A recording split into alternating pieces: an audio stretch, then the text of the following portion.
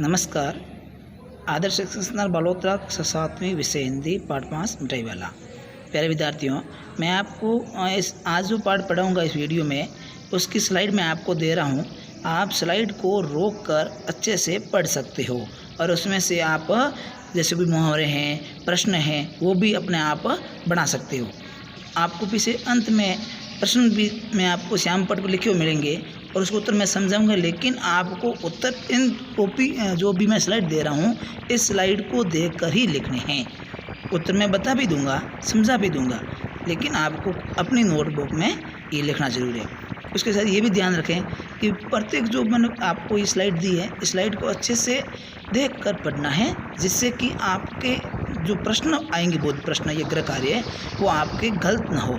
अच्छे से पढ़कर समझ कर देना है। मैं आपके इससे वीडियो शुरू करूं इससे पहले ये जो स्लाइड इसलिए दी है ताकि आप पहले इसको पढ़ें और पढ़कर फिर आगे जो मैं पढ़ाऊंगा उसको आप अच्छे से समझ सकें। समझना यही है कि मुरली वाला होता है तो मुरली बेचने के लिए विजय बाबू घर आता है और वो मुरलियों के भाव तोल करता है, प्रश्न होते हैं आदि मोल तोल करते हैं, तो विजय बाबू कहते हैं ऐसा नहीं, ऐसा कुछ कह के आप वीडियो प्रारंभ करते हैं। नमस्कार प्यारे विद्यार्थियों, इस ऑनलाइन शिक्षण कक्षा के तहत अपन ने 5 मिनट वाला के इससे पहले 2 वीडियो बनाए हैं। आज अपन तीसरा वीडियो और इस वीडियो के माध्यम से अपन इस पाठ को आगे बढ़ाएंगे। उससे पहले मैं ये बता देता हूँ आपको कि अभी तक अपन ने इस मिठाई वाले में बारे में ये पढ़ा था। लेखक कह रहे हैं कि एक व्यक्ति होता है जो अपने परिवार को, बाल बच्चों और पत्नी सबको खो देता है। वो उसकी खोज में घूमता रहता है और किन यत्न से मिठाई बेचना, खिलौने बेचना, ऐसे करके वो अपना जीवन यापन कर रहा है और उन बच्चों और गृहिणियों में अपने बच्चों और गृहिणियों को खोजने की कोशिश करता है। कुल मिलाकर हमें जीवन के अंदर हार नहीं माननी चाहिए और हमेशा हमें जीवन में आगे बढ़ने के लिए तत्पर रहना चाहिए और कुछ न कुछ अन्य प्रकार के कार्य है वो करते रहने चाहिए। तो अपना शुरू करते हैं पेज संख्या 25 से। आप पुस्तक है तो खोलिए, लेकिन मैं आपको स्लाइड भी दूंगा, उसमें आप पढ़ लेना।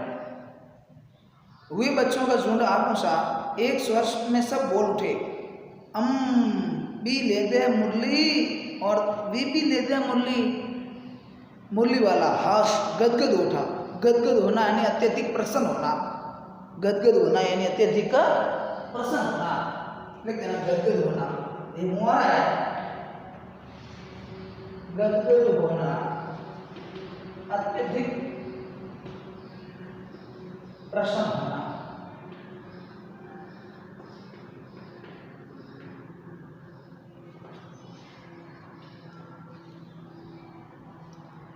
फिर उसके बाद में सबको देंगे भैया, लेकिन जरा रुको, ठहरो, एक एक को देने दो।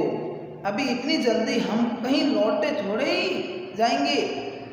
बेचने तो आए हैं और हैं भी इस मेरे पास 1-2 नहीं, पूरी 57 है। संख्या में वो खिलौना बता, संख्या बता रहा 57। हाँ बाबूजी, क्या पूछा था आपने, कितने में दी तो वैसे 3-3 पैसे के हिसाब से हैं, पर आपको 2-2 पैसे में ही दे दूंगा। विजय बाबू भीतर बाहर हो दोनों रूपों में मुस्कुरा दिए। मन ही मन कहने लगे, कैसा है, देता तो सब इसी भाव से है, पर मुझ पर उल्टा एहसान लाद रहा है। एहसान करना, किस कर्ज करना, किसी पर लेना। अर्थात फिर बोले, तुम लोगों की झूठ बोलने की आदत होती है, देते होंगे सभी को 2-2 पैसे में, पर एहसान का बोझा मेरे ही ऊपर लाद रहे हो, ऐसा बाबूजी कह रहे हैं। किसको? मुरली वाले को। मुरली वाला एकदम अप्रतिभ उठा और बोला, उत्सुकतापूर्वक बोला। और क्या बोला? आपको क्या पता बाबूजी कि इनकी असली लागत क्या है? ये तो ग्राहकों का दस्तूर होता है कि दुकानदार से हानि उठाकर चीज क्यों ना बेचे, पर ग्राहक यही समझते हैं दुकानदार मुझे लूट रहा है। लेकिन वर्तमान में ऐसा नहीं है। दुकानदार लूटते भी और कुछ वफादार भी होते हैं जो बिल्कुल भी ऐसे लूटने की कोशिश नहीं करते हैं। फिर कहते हैं आप, लेकिन सच पूछिए तो बाबूजी असली दाम 2 ही पैसा है। आप कहीं से 2 पैसे में ये मुरली नहीं पा सकते। मैंने तो पूरी 1000 बनवाई थी, तब मुझे इस भाव पड़ी। यानी मुरली वाला कह रहा है कि मैंने एक बड़े अत्यधिक संख्या में एक साथ बनवाई, इसलिए 2 पैसे में पड़ती, बाकी मुरली का भाव 2 पैसे नहीं है। विजय बाबू बोले, अच्छा मुझे ज़्यादा वक्त नहीं, जल्दी से 2 ठो निकाल दो। 2 मुरलियाँ लेकर विजय बाबू फिर मकान के भीतर पहुंच गए। मुरली वाला देर तक उन बच्चों के झुंड में मुरलियाँ बेचता रहा। उसके पास कई रंग की मुरलियाँ थी। बच्चे जो रंग पसंद करते, मुरली वाला उसी रंग की मुरली निकाल देता। यह बड़ी अच्छी मुरली है, तुम यही ले लो बाबू। राजा बाबू तुम्हारे लायक तो बस ये हैं। हाँ भैये, तुमको वही देंगे, ये लो। तुमको वैसी ना चाहिए, ये लो। अर्थात मुरली वाला है वो तरह तरह की मुरली के रंगों की बच्चों को बेचने की कोशिश करता है। नारंगी रंगी, अच्छा वही लो, ले आए पैसे, अच्छा ये लो, तुम्हारे लिए मैंने पहले से ही ये निकाल रखी थी। तुमको पैसे नहीं मिले, तुमने अम्मा से ठीक तरह मांगे ना होंगे। धोती पकड़कर पैरों में लिपटकर अम्मा से पैसे मांगे जाते हैं बाबू। हाँ फिर जाओ, अब की बार मिल जाएंगे। 2 पैसे। तो क्या हुआ, ये 2 पैसे वापस लो। ठीक हो गया ना साहब, मिल गए पैसे। देखो मैंने तरकीब बताई। अच्छा तरकीब यानी नई सोच, योजना। अच्छा अब तो किसी को नहीं लेना है, सब ले चुके।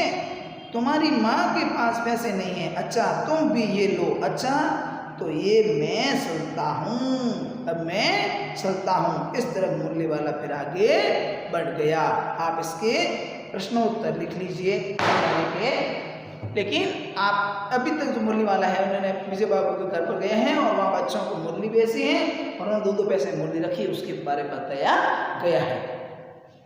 चलो आप पहले इसका स्क्रीनशॉट ले लीजिए शब्दों का। इसके बाद लेने के बाद में आप प्रश्न लिखिए।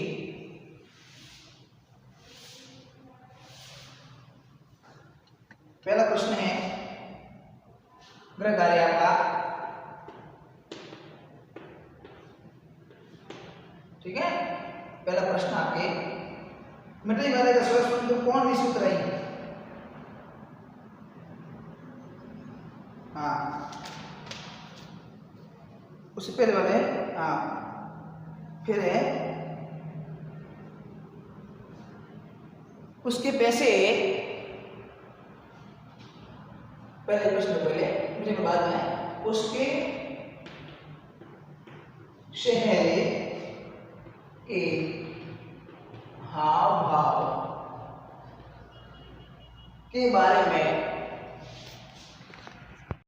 हाँ तो ये प्रश्न है, पहले उसके चेहरे हाव भाव के बारे में क्या विचार प्रकट किया गया। मुरली वाला था ना, उसके चेहरे के भाव, तो वो हंसमुख था चेहरे से, ये इसके भाव प्रकट हुए हैं।